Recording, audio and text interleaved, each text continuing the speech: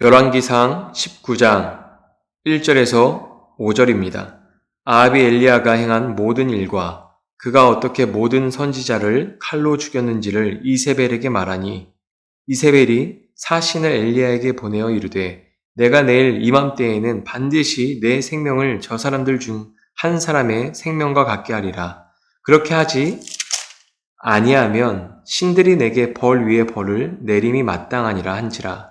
그가 이 형편을 보고 일어나 자기의 생명을 위해 도망하여 유다에 속한 브엘세바에 이르러 자기의 사환을 그곳에 머물게 하고 자기 자신은 광야로 들어가 하룻길쯤 가서 한 로뎀 나무에 앉아서 자기가 죽기를 원하여 이르되 여호와여 넉넉하오니 지금 내 생명을 거두시옵소서.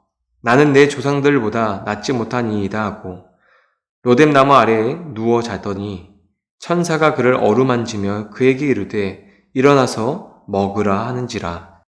할렐루야! 여러분 만나서 반갑습니다. 오늘의 주제는 무력감, 좌절감입니다.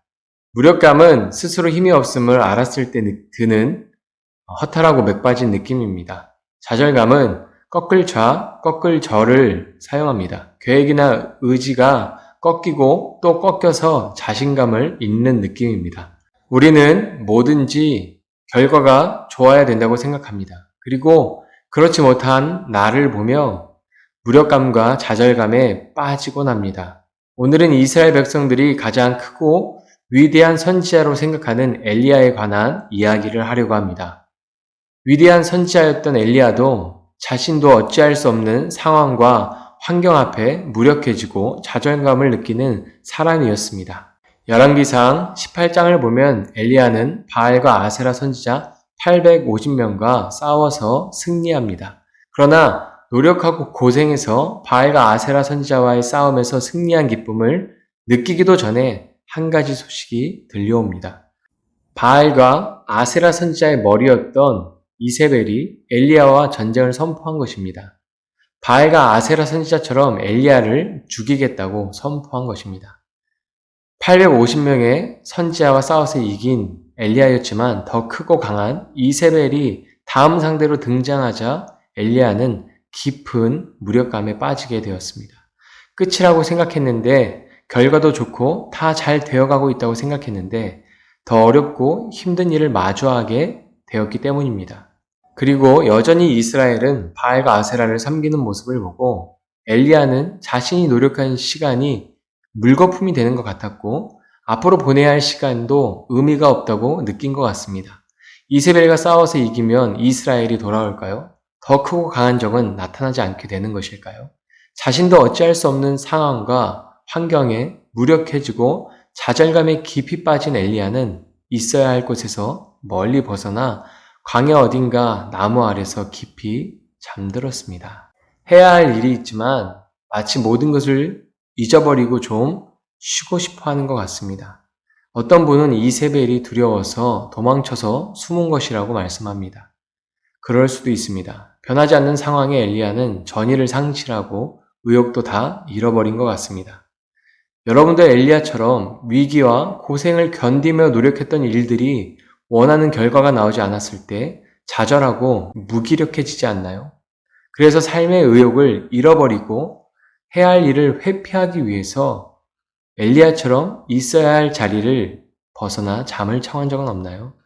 해야 할 일을 외면하기 위해서 다른 것에 집중한 적은 없나요? 엘리야의 모습은 나름 열심히 노력하지만 변하지 않는 상황과 환경의 벽에 부딪혔을 때 포기하고 손을 놓는 우리의 모습과 비슷합니다. 다행히도 하나님은 삶의 의욕이 바닥난 엘리야를 외면하지 않으셨습니다. 잠자는 엘리야를 깨워서 먹이셨습니다. 엘리야를 타이르고 위로하셨습니다. 엘리야에게 네가 할 일이 아직도 많이 남아있다고 말씀하시면서 40일 동안 먹이시고 격려하셨습니다. 왜 40일을 먹이셨을까요? 엘리야가 스스로 일어날 때까지 먹이시고 위로하시고 격려하시면서 기다려주신 것입니다. 40일이 되는 날 하나님은 엘리야에게 이렇게 말씀하십니다. 엘리야야, 내가 어찌하여 여기에 있느냐? 좌절감에 젖어 무기력한 삶에 얼마나 더 머무를 것이냐? 얼마나 더 오래 그렇게 있을 것이냐?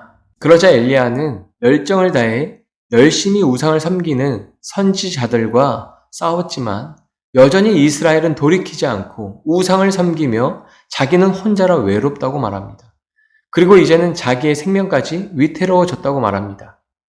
그렇게 열심히 했는데 엘리야를 도와주는 사람도 엘리야를 알아주는 사람도 없다는 것입니다. 그리고 환경도 변하지 않는다고 말합니다. 더는 할 수 없는 일들에서 벗어난 자신의 모습이 타당하다고 말하는 것입니다. 우리도 좌절감에 젖어 무기력해지면 극복하려고 하기보다 환경이나 상황 그리고 사람을 탓하며 포기하거나 그곳을 떠나려고 합니다. 그러나 하나님은 엘리야가 있어야 하는 자리를 계속 지키고 해야 하는 것들을 계속 해나가길 원하셨습니다. 하나님은 혼자라고 생각하는 엘리야에게 아직 바알에게 무릎 꿇지 않은 사람 7,000명을 남겨두었다고 말씀하십니다. 엘리야에게 혼자가 아니라고, 혼자 고생하고 있는 게 아니라고 말씀해 주십니다. 보이지 않지만 엘리야와 마음을 같이 하는 사람들이 많이 있다고 말씀해 주십니다. 그리고 엘리사를 제자로 붙여주셨습니다.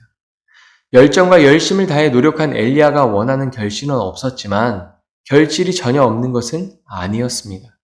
하나님께서 엘리야를 통해서 하나님이 원하시는 방법으로 그리고 더 선하신 방법으로 인도하고 계신 것이었습니다.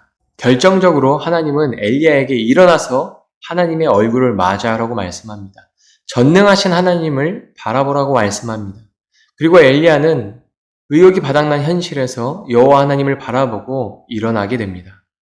이것이 제일 중요합니다. 노력이 결실을 보지 못하고 지내온 시간이 무의미하게 느껴지고 알아주는 사람이 하나도 없어서 혼자라고 느껴져도 하나님이 함께 하시면 감당할 수 있습니다. 승리할 수 있습니다. 여러분, 하나님의 뜻을 쫓아 열심히 노력하면 술술 풀리고 잘 되는 것 같다가 또 다른 큰 어려움이 닥칠 때가 있습니다. 그럴 때마다 포기하고 내가 할 수 있는 게 아니라며 그만두고 쉬고 싶어집니다. 그러나 쉬더라도 하나님 앞에서 쉬시며 하나님께서 주시는 힘과 위로를 얻어 다시 하나님께서 있으라고 하신 자리를 지키시기를 바랍니다. 하나님은 우리가 힘들 때 우리를 궁지로 몰아넣고 채찍질 하시는 분이 아닙니다. 우리를 먹이고 위로하고 쉬게 하신 후 도움의 손길을 붙여주시는 분입니다. 하나님께서는 맡겨주신 일을 우리가 끝까지 지키고 끝까지 감당하길 원하십니다. 여러분, 무력하고 좌절감이 들 때 하나님의 위로하심과 공급하심에 힘입어 끝까지 달려갈 길을 완주하는 여러분이 되시길 바랍니다.